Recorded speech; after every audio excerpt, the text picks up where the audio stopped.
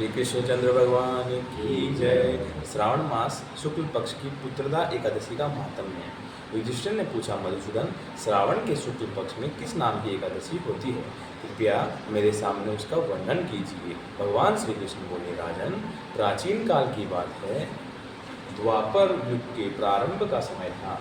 महिष्मतिपुर में राजा महिजीत अपने राज्य का पालन करते थे, किंतु उन्हें कोई पुत्र नहीं था।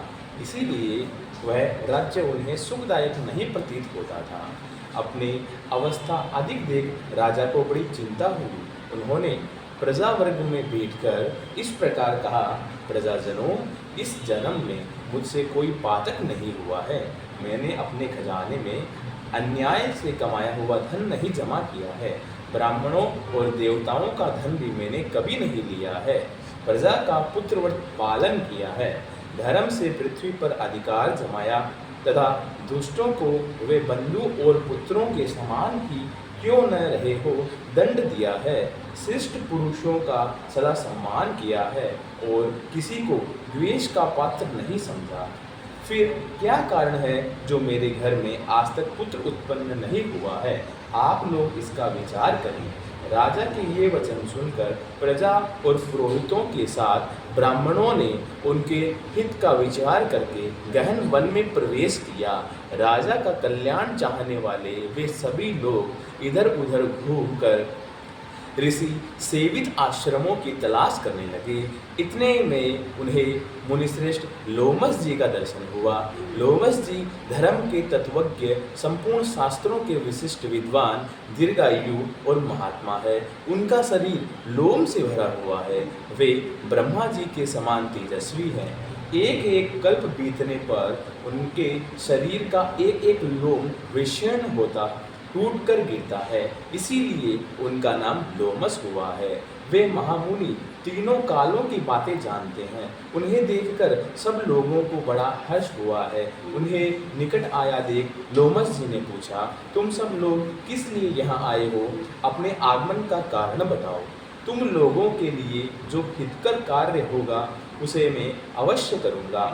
प्रजाओं ने कहा, ब्राह्मण, इस समय महिजीत नाम वाले जो राजा है उन्हें कोई पुत्र नहीं है।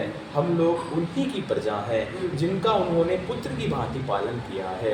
उन्हें पुत्रहीन देख उनके दुख से दुखित हो हम तपस्या करने की दृढ़ निश्चय करके यहाँ पर आए हैं। द्विजतमों, राजा के भाग्य से इस समय हमें आपका दर्शन मिल गया है। महापुरुषों के दर्शन से ही मनुष्यों के सत्कार्य सिद्ध हो जाते हैं। मुने, अब हमें उस उपाय का उपदेश दीजिए जिससे राजा को पुत्र की प्राप्ति हो। उनकी बात सुनकर महर्षि लोमस जी 2 घड़ी तक ध्यानमग्न हो गए।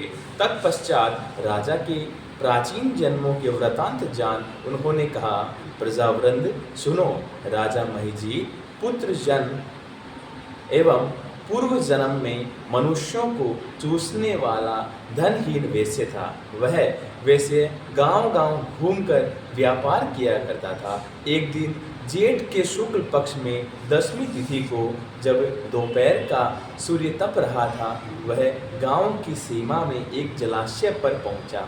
पानी से भरी हुई बावली देखकर वेश्य ने जहाँ जल पीने का विचार किया, इतने में वहाँ पर बछड़े के साथ एक गौ माता भी आ पहुँची।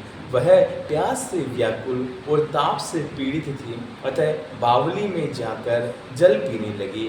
वेश्य ने पानी पीती हुई उस गाय माता को हाँक कर दूर हटा दिया और स्वयं पानी पिया।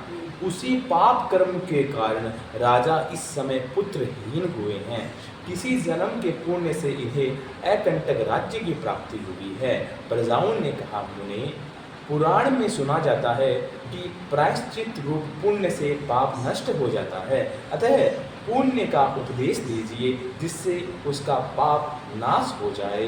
लोमस जी बोले, प्रजाजनों, श्रावण मास के शुक्ल पक्ष में जो एकादशी होती है वह पुत्रदा के नाम से विख्यात है। वह मनोवांछित फल प्रदान करने वाली है। तुम लोग उसी का व्रत करो। और यह सुनकर प्रजाओं ने मुनि को नमस्कार करके बोले और कहा कि नगर में आकर विधि पूर्वक पुत्रदा एकादशी का व्रत का अनुष्ठान किया।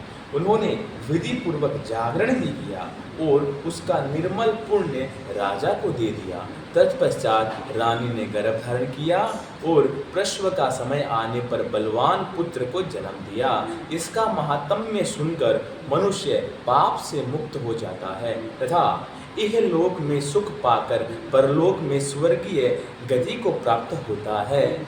इति श्री पुत्रदा एकादशी महात्म्य। बोलो श्री कृष्ण चंद्र भगवान की जय। श्री कृष्ण गोविंद हरे मुरारी, हे नाथ नारायण वासुदेवा। श्री कृष्ण गोविंद हरे मुरारी, हे नाथ नारायण वासुदेवा।